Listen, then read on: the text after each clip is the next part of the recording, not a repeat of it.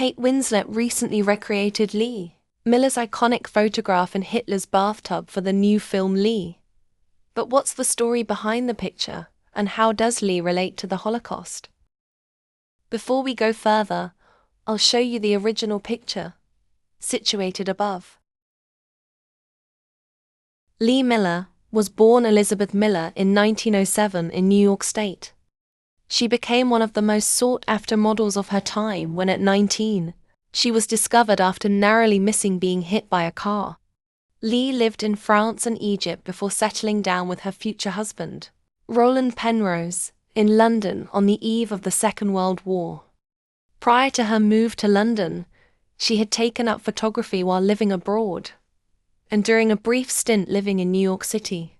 She was hired by Vogue London, where she documented the wars, devastation in the UK, and wrote articles about soldiers and nurses based in the UK. Here are a few of her photos documenting the Blitz.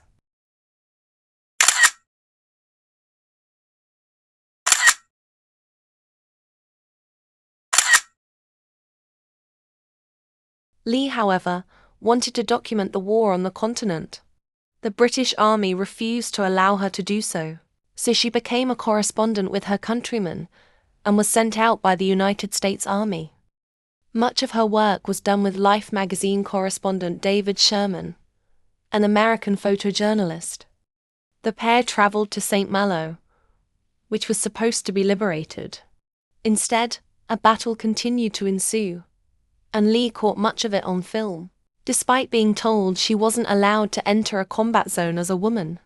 As France was liberated in the summer of 1944, Lee caught many haunting images, including the townspeople shaving the hair of the local French women who had had affairs with their German occupiers.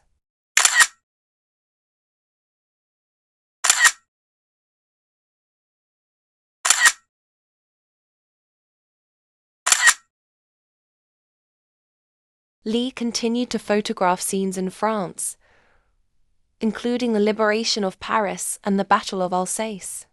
She traveled with the U.S. Army further east and decided to go to the newly liberated camp of Buchenwald in Germany.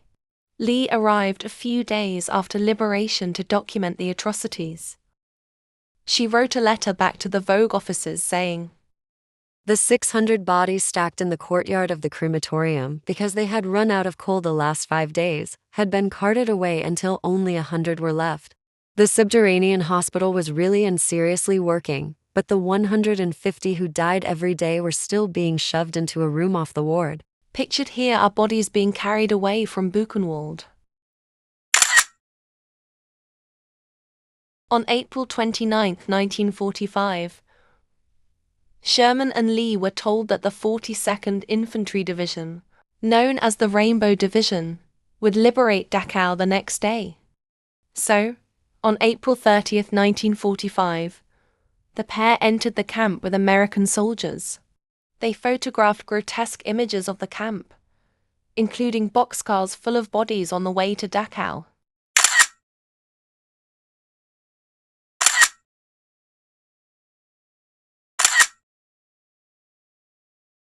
Sherman and Lee were assigned an apartment in Munich that they learned was Hitler's private residence.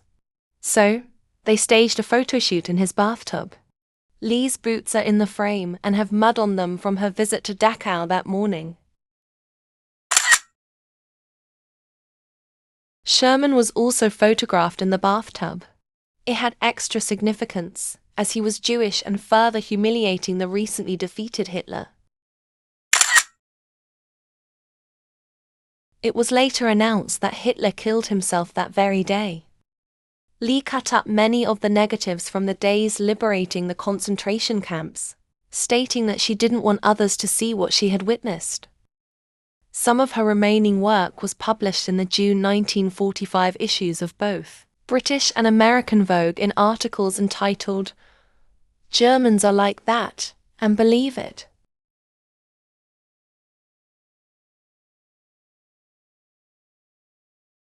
After the war, Lee continued to photograph its impact on Europe before returning home a couple of years later. It is said that she suffered from PTSD after what she had seen. She locked most of her photos away and became an accomplished cook, winning prizes and collecting cookbooks. She stayed in England where she had one son, Anthony. Lee struggled with addiction in the wake of her wartime experiences. After her death, her son would find much of her work, stating that he couldn't believe his hysterical and drunk mother produced this work. After her death in 1977, her husband and son began promoting her work. Her husband published a biography of Lee in 1985. Her son still owns the Farley farmhouse where he found most of her work in the attic. It is now home to Lee Miller Archives, which is open to the public for tours.